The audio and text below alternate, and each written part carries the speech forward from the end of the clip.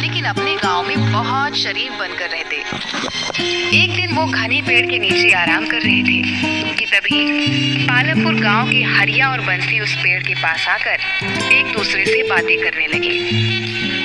अरे बंसी भैया, सुना है कल मुखिया जी की बेटी की बारात शहर से आ रही है, क्या तुम्हारे पास दावत आई है क्या? हाँ हरिया भैया, मेरे घर तो आई है, तुम्हारे घर पर आई है क्या? अरे कल खुद मुखिया जी मेरे घर पर आए थे और मुझे पूरे परिवार सहित दावत कहकर गए। सुना है मुखिया जी अपनी बेटी की शादी बहुत धूमधाम से कर रहे हैं, कल 21 तरह के पकवान बनेंगे खाने में। मैंने भी कुछ ऐसा ही सुना है। हरिया भैया, मेरे तो मुंह में अभी से सोच कर पानी आ रहा है। अरे मैं तो आज शाम से खाना ही नहीं खाऊंगा, ज्यादा भूख लगेगी तो पूरे 21 पकवान ही पेट भर कर खा लूंगा। हाँ अरे बंसी भैया, भावनाओं में बहकर कहीं ज्यादा मत खा लेना, वरना पेट खराब हो जाएगा। क्या फायदा पूरे 21 पकवान के स्वाद के चक्कर में तुम्हें 21 दिन भूखा रहना पड़े।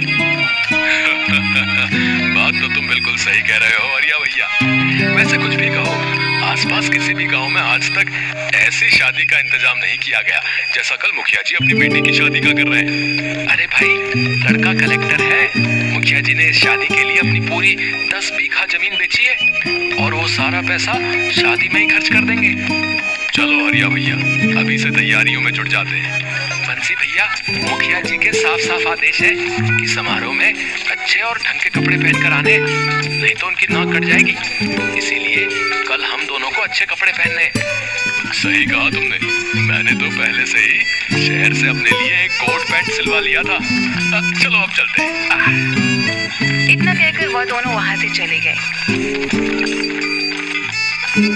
उनकी बात सुनकर संपत और कपटा, जो कि पेड़ के पीछे उन दोनों की बातें चुपके से सुन रहे थे, उनकी आंखों में चमक आ गई। सुना कपटा, पालमपुर गांव के मुखिया की बेटी की शादी कलेक्टर से हो रही है। इस गांव का नाम सुना सुना सा लगता है। अरे बेवकूफ, ये वही गांव है जहां पर कुछ महीनों पहले हमने जमींदार की बेटी के दहेज के आभूषण चुराए थे, जो शहर में बहुत महंगे बिके थे। याद आ गया, और तुमने उन पैसों में बेईमानी कर ली थी और मुझे मेरे हिस्से से कम पैसे दिए थे। याद आ गया। अबे मेहनत भी तो मैंने सबसे ज्यादा की थी, तूने क्या किया था? सिर्फ बारात में खड़े होकर अंग्रेजी में लोगों से बस हाय हेलो कर रहा था। तुम तो कुछ कर ही नहीं रहे थे, हैं? गांव की लड़कियों से नैन मटक्का कौन कर रहा था भाई? अगर मैं चेतावनी नहीं देता तो तुम उसी वक्त रंगे हाथों पकड़े जाते, और साथ में मैं भी। हाँ अबे वो सब छोड़, कल उसी गांव की मुखिया की शादी है। सही कहा तूने संपत, इसका मतलब मुखिया ने खूब दाज दहेज का प्रबंध भी किया होगा। अरे जब 21 तरह के पकवान खाने में बनवा रहा है तो बेटी के लिए सोने के आभूषण कितने महंगे महंगे बनवाए होंगे, हैं? हमें किसी भी कीमत पर उन आभूषणों को चुराना होगा, समझा? लेकिन कैसे? अगर हम दोनों पहचान में आ गए तो? ये तूने सुना नहीं? वो दोनों बेवकूफ क्या बोल रहे थे कि शादी में अच्छे से अच्छे कपड़े पहन कर आना है। अबे हम दोनों के पास अच्छे कपड़ों की कोई कमी है क्या बे? बढ़िया सा ब्रांडेड कोट पहन कर चलेंगे, कोई शक नहीं कर पाएगा, समझा क्या? और मौका देखकर मुखिया की बेटी के आभूषण वहां से लेकर चंपत हो जाएंगे। चलो गांव चलकर अभी से तैयारियां करना शुरू कर देते हैं। लेकिन हमें बहुत होशियारी से काम लेना होगा संपत भैया, क्योंकि हम दोनों कुछ महीने पहले ही उस गांव में चोरी करके आए हैं। अबे कुछ नहीं होगा, सबसे पहले तो अभी हम दोनों अपने गांव चलते हैं। पूरे 1 महीने से हम दोनों गांव में नहीं गए। सारे गांव वाले समझते हैं कि हम दोनों शहर में कोई बहुत बड़ा बिजनेस करते हैं। कपड़े तो पहन ले। ये बात तो मैं भूल ही गया। चिंता मत कर कपटा, हम दोनों ने अब तक न जाने कितने गांव और शहर में चोरियां की हैं। आज तक हम दोनों पकड़ में नहीं आए। अरे पकड़ना तो बहुत दूर की बात है, आज तक हम दोनों की थाने में तस्वीर भी नहीं लगी। इतना बोलकर संपत जोर जोर से हंसने लगा। उन दोनों ने अपने बैग में से शहर के कपड़े निकाल कर पहन लिए और अपनी मोटरसाइकिल स्टार्ट करके अपने गांव पहुंच गए। वह दोनों अपने गांव पहुंचे ही थे कि तभी गांव के 2 व्यक्ति घसीटा और बल्ली ने उन दोनों को घेर लिया। कैसे हो संपत भैया? मैं तो ठीक हूँ घसीटा, तू बता, अब तो तेरी पत्नी तुझे घसीट घसीट कर नहीं मारती ना? तुम भी कमाल करते हो संपत भैया, तुम्हारी मजाक करने की आदत अब तक नहीं गई। क्या करे घसीटा, तुझे देख कर ही मजाक करने का मन होने लगता है। तेरी शकल ही कुछ ऐसी है यार। अरे वो सब छोड़ो संपत भैया, ये बताओ, मैंने सुना है कि शहर में मेट्रो रेल बहुत अच्छी बनी है। अरे बेवकूफ, वो मेट्रो रेल नहीं, वो मेट्रो होती है, मेट्रो। अरे हमारे लिए तो मेट्रो और मेट्रो क्या फर्क है भैया, है? अच्छा संपत भैया, मैंने सुना है मेट्रो रेल में बहुत सुंदर सुंदर कन्याएं भी नृत्य करती हैं भैया। हाँ बल्ली, शहर के लोग थोड़े खुले मिजाज के होते हैं। अरे संपत भैया, कभी हमें भी ले चलो ना अपने साथ एक बार शहर, हम भी एक बार अपनी आंखों से मेट्रो रेल का नजारा कर लेंगे और इसी बहाने अमिताभ बच्चन जी का घर भी देख लेंगे। अबे बेवकूफ आदमी, मेट्रो ट्रेन दिल्ली में है और अमिताभ बच्चन का घर मुंबई में है। ये क्या बात कर रहे हो संपत भैया, हम तो पिक्चर में देखे थे कि अमिताभ बच्चन मेट्रो रेल में सवार होकर अपने घर जाता है। अरे वो पिक्चर होती है बेवकूफ, अब मैं तुझे कैसे समझाऊं? यहाँ से निकल ले, नहीं तो ये दोनों उल्टी सीधी बातें करके हमारा दिमाग खराब कर देंगे। ठीक है बल्ली और घसीटा, हम दोनों चलते हैं। अगली बार हम तुम दोनों को अपने साथ शहर जरूर ले जाएंगे हैं और तुम्हें मेट्रो रेल जरूर दिखाएंगे हैं। इतना कहकर संपत और कपटा वहाँ से चले गए। कपटा संपत के घर के नजदीक जाकर बोला, 1 घंटे बाद मैं आपको आपके घर पर बुलाने आ जाऊंगा, तैयार है ना? क्यों, तू घर के अंदर नहीं आएगा क्या? अबे मुझे पागल कुत्ते ने काटा है क्या जो मैं तेरे घर पर आऊंगा? तेरी पत्नी कम सीआईडी ज्यादा लगती है यार। जैसे ही तेरे घर के अंदर घुसता हूँ सवालों की बौछार शुरू कर देती है। मुझे तो समझ में नहीं आता संपत कि तू अपनी पत्नी को झेलता कैसे है। ये धीरे बोल कपटा है, धीरे बोल, इसने अगर सुन लिया ना तो वो मेरी बैंड बजा देगी यार। कपटा हंसते हुए वहाँ से चला गया। संपत ने जैसे ही अपने घर के अंदर कदम रखा, उसकी बीवी कजरी ने उसे देखकर टर्राना शुरू कर दिया। आ गए कलेक्टर साहब, बहुत जल्दी याद आ गई तुम्हें अपनी पत्नी की। सही सही बताओ, 1 महीने कहाँ मुंह काला कर रहे थे तुम? कजरी, मुझे आए हुए अभी 5 मिनट भी नहीं हुए, तूने टर करना शुरू कर दिया। अरे इसी वजह से मैं यहाँ पर नहीं आता, बताओ। तो और क्या करूं, तुम्हारी आरती करूं? कितनी बार कहा है तुमसे कि मुझे भी शहर ले चलो, लेकिन नहीं, मुझे ले जाने के नाम पर तुम्हारी नानी मर जाती है। अरे उन्हें तो मरे हुए सालों हो गए। मैं तुम्हारी एक नहीं सुनूंगी। इस बार मैं तुम्हें तुम्हारे दोस्त के साथ अकेले नहीं जाने दूंगी। मैं भी तुम्हारे साथ शहर चलूंगी। गाँव वाले मुझसे तरह तरह के सवाल करते हैं कि आखिर तुम्हारे पति शहर में ऐसा कौन सा बिजनेस करते हैं। कितनी बार कहा है तुमसे कि शहर में हमारा कपड़ों का व्यापार है, अच्छा खासा मकान है। तो उस मकान की एक फोटो ही दिखा दो पतिदेव। आज तक तुमने तो उसकी एक तस्वीर तक नहीं दिखाई। मुझे तो लगता है तुम जरूर कुछ उल्टा सीधा काम करते हो शहर जाकर। बकवास बंद कर कजरी, कुछ देर बाद मैं यहाँ से चला जाऊंगा। अच्छा ये बताओ, शहर से मैंने जो तुमसे चांदी के छल्ले मंगवाए थे वो लाए क्या? जब देखो चांदी के छल्ले, चांदी के छल्ले। अरे पिछली बार ही तो तुझे ला कर दिए थे, वो कहाँ गए? वो सब मुझे नहीं मालूम, वो मुझसे खो गए। अब मुझे दूसरे चाहिए। मुझे क्या पागल समझ रखा है कजरी? सीधे सीधे ये क्यों नहीं कहती कि जो मैं शहर से तेरे लिए चांदी के छल्ले लाता हूँ तू वो अपने घर वालों को दे आती है? खबरदार जो अपनी जबान से मेरे घर वालों का नाम लिया। नहीं तो क्या कर लेगी तू? अभी और इसी वक्त अपने भाइयों को बुलवाकर तुम्हारा मुंह लाल करवा दूंगी। मत भूलो 6 भाई हैं। पिछली बार की मार याद है ना, कैसे उन्होंने तुम्हें मार मार कर तुम्हारा मुंह सुजा दिया था? मेरा दोस्त कपटा बिल्कुल सही कहता है। पता नहीं मैं तेरे जैसी औरत को कैसे झेल रहा हूँ भाई। खबरदार जो तुमने उस कलमुहे करम जले दोस्त का मेरे सामने नाम लिया, निठल्ला कहीं का। उसकी तो आंखों में ही छिछोरापन झलकता है, छिछोरा कहीं का।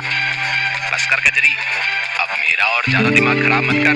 पति थका हारा आया है, पानी को तो तूने पूछा नहीं, उल्टा भाइयों से पिटवाने की धमकी देने लगी।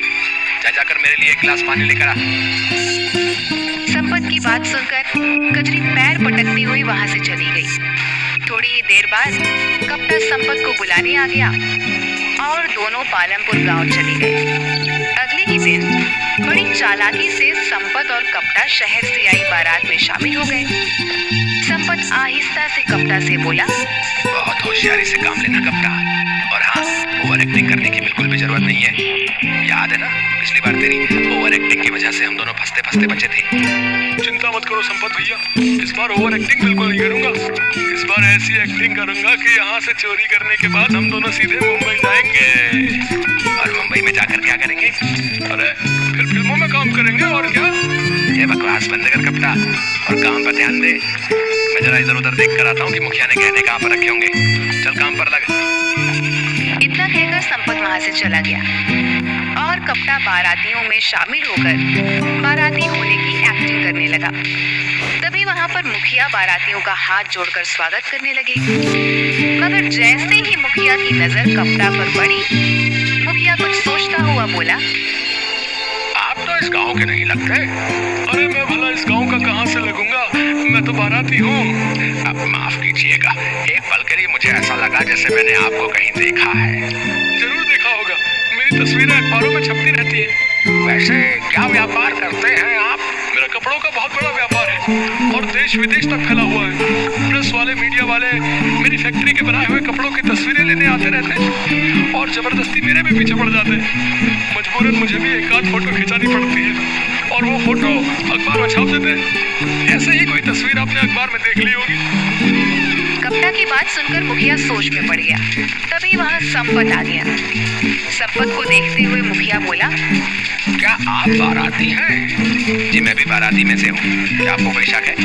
जी मैं तो बस ऐसे ही पूछ रहा था। क्या आपके गांव में बारातियों से ये सब पूछने का रिवाज है? मैं देख रहा था कि आप मेरे दोस्त से भी कुछ पूछ रहे थे। अरे आप तो बुरा मान गए। आपका दोस्त मुझे बता रहा था कि इनकी तस्वीर अखबारों में छपती रहती है। मुखिया की बात सुनकर संपत कपटा को घूरने लगा। हाँ, हम दोनों का बहुत बड़ा पार्टनरशिप में कपड़ों का काम है। इतना कहकर संपत कपटा का हाथ पकड़कर आगे बढ़ गया। क्या जरूरत थी इतनी लंबी लंबी डींगे हाँकने की? संपत भाई, मुझे कुछ ठीक नहीं लग रहा। मुझे लगता है कि हम दोनों को वापस चलना चाहिए। मुखिया ने किसी से कोई सवाल नहीं पूछा, सिर्फ उसने मेरी तरफ आकर ही मुझसे सवाल किया। मुझे लग रहा है कि मुखिया हम दोनों को पहचान तो नहीं गया। अबे दोनों यहाँ पर बारातियों में शामिल होकर खाना खाने के लिए नहीं आए, चोरी करने के लिए आए। मैंने पता लगा लिया कि मुखिया ने गहने कहाँ पर रखे। इस वक्त वहाँ पर कोई भी नहीं है। चल मेरे साथ जल्दी से। संपत और कपटा लोगों की नजरों से बचते हुए मुखिया के उस कमरे में पहुंच गए जहां पर सोने के आभूषण रखे हुए थे। जल्दी से अपनी जेब से अपनी चोरी वाली अपनी बढ़िया पॉलीथीन निकाल और गहने उसमें रख ले। संपत की बात सुनकर कपटा सोच में पड़ गया। अरे क्या सोच रहा है तू? इससे अच्छा मौका फिर नहीं मिलेगा। गहने लाखों रुपए के हैं। मुझे कुछ ठीक नहीं लग रहा है संपत भाई। लाखों के आभूषण ऐसे ही रखे हुए हैं, दरवाजा भी खुला हुआ है, पूरा घर लोगों से खचाखच भरा हुआ है। कुछ तो गड़बड़ है। अबे बेवकूफ, गड़बड़ तेरे दिमाग में। ऐसे मौके बार बार नहीं मिला करते। जल्दी से पॉलीथीन निकाल।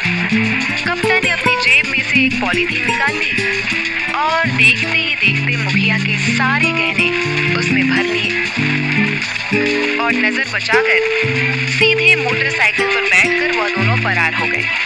ये मोटरसाइकिल शहर की जगह अपने गांव की तरफ क्यों ले जा रहे हो? अबे रात का समय है, पहले हम लोग अपने गांव चलेंगे और सुबह ही शहर की तरफ निकल लेंगे। अभी अगर हम लोग शहर की तरफ जाएंगे तो हमें ढूंढने के लिए वो मुखिया पुलिस को जरूर शहर की ओर ही भेजेगा, समझा? कुछ ही देर में संपत अपने घर पहुंच गया। मैं आज तुम्हारे घर पर ही सोऊंगा। अबे तुझे तो अपनी भाभी से बड़ा डर लगता है। मैं सब जानता हूँ। जब तक मैं सुबह आऊंगा तब तक आधे गहने तुम पार कर लोगे। अब मैं भरोसा नहीं कर सकता। हिस्सा आधा आधा होगा। अबे जब चोरी कर रहे थे तब तो बड़ा दयावान बन रहा था, हैं? और जब चोरी करने में कामयाब हो गए तो अचानक तुझे तेरा हिस्सा याद आ गया, है बे? तू कभी नहीं सुधरेगा। चल ठीक है, आजा चल। संपत की पत्नी कचरी जाग रही थी। संपत और कपटा को देखते ही बोली, आ गए? तुम तो कह रहे थे कि तुम कुछ दिनों बाद आओगे, और ये तुम्हारे हाथ में क्या है? कितनी बार कहा है कचरी, है कि ज्यादा सवाल मत किया कर। हम दोनों सुबह ही यहाँ से चले जाएंगे। संपत ने इतना कहा ही था कि तभी पूरे गांव में पुलिस के सायरन की आवाज गूंज उठी। पुलिस के सायरन की आवाज सुनकर संपत और कपटा दोनों पूरी तरीके से घबरा गए। अरे पुलिस के सायरन की आवाज सुनकर तुम दोनों के चेहरे पर पसीना क्यों आ रहा है? तुम दोनों क्यों घबरा रहे हो? कचरी ने इतना बोला ही था कि तभी कुछ पुलिस वाले संपत के घर के अंदर घुस गए। उन पुलिस वालों के साथ लंपुर गांव का मुखिया भी था, जो संपत और कपटा को गुस्से से देख रहा था। मुखिया ने इंस्पेक्टर की ओर देखकर कहा, गिरफ्तार कर लीजिए इन दोनों को। देखिए इनके हाथ में जो पॉलीथीन है उसी में गहने हैं। आपको ये बताने की जरूरत नहीं है मुखिया जी, हमें तो इन दोनों की लोकेशन आधे घंटे पहले ही मिल गई थी। इतना कहकर इंस्पेक्टर ने संपत के हाथ से पॉलीथीन छीन ली और हथकड़ियां लगा दी। ये सब क्या है? लगता है तुम्हें अपने पति के कारनामों के बारे में नहीं मालूम। मेरे पति बहुत बड़े व्यापारी हैं, शहर में कपड़ों का व्यापार करते हैं। ये कोई कपड़ों का व्यापार नहीं करता, बल्कि ये और इसका साथी दोनों मिलकर चोरी करते हैं। इतना कहकर मुखिया संपत और कपटा की ओर देखकर बोला, तुम दोनों सोच रहे होगे कि आखिर मुझे कैसे पता लगा कि तुम दोनों यहाँ पर छुपे हो, हैं? चाहता तो मैं तुम्हें उसी वक्त पकड़वा सकता था जिस वक्त तुम मेरी बेटी के गहने चुरा रहे थे। अरे हम तो तुम्हारा कल से ही गांव में आने का इंतजार कर रहे थे, समझे बेटा? क्या मतलब? पिछली बार तुमने जो जमींदार के घर पर चोरी की थी ना, हम तब से ही तुम लोगों के ऊपर नजर रखे हुए थे। हमें यकीन था कि तुम मेरी बेटी की शादी में जरूर आओगे, इसीलिए हमने गांव में आसपास सभी जगह ये खबर फैला दी थी कि मैं अपनी बेटी की शादी बहुत धूमधाम से कर रहा हूँ। मुझे पता था कि तुम मेरी बेटी के गहने जरूर चुराने आओगे, इसलिए मैंने पहले से ही इंस्पेक्टर की मदद से गहनों में जीपीएस ट्रांसमीटर लगवा दिया था। तुमने जैसे ही गहने चुराए हमें पता लग गया, लेकिन हम सब देखना चाहते थे कि आखिर तुम दोनों हो कौन और रहते कहाँ हो। हमें माफ कर दीजिए, हम आइंदा कभी चोरी नहीं करेंगे। वो तो तुम वैसे ही नहीं करोगे, क्योंकि जेल में तुम कोई चोरी कर ही नहीं पाओगे। इंस्पेक्टर ने संपत और कपटा को गिरफ्तार करके जेल में भेज दिया। अगले दिन संपत और कपटा की सारी हकीकत सारे गांव में पता चल गई कि वे दोनों शहर में बिजनेस नहीं बल्कि चोरियां किया करते थे।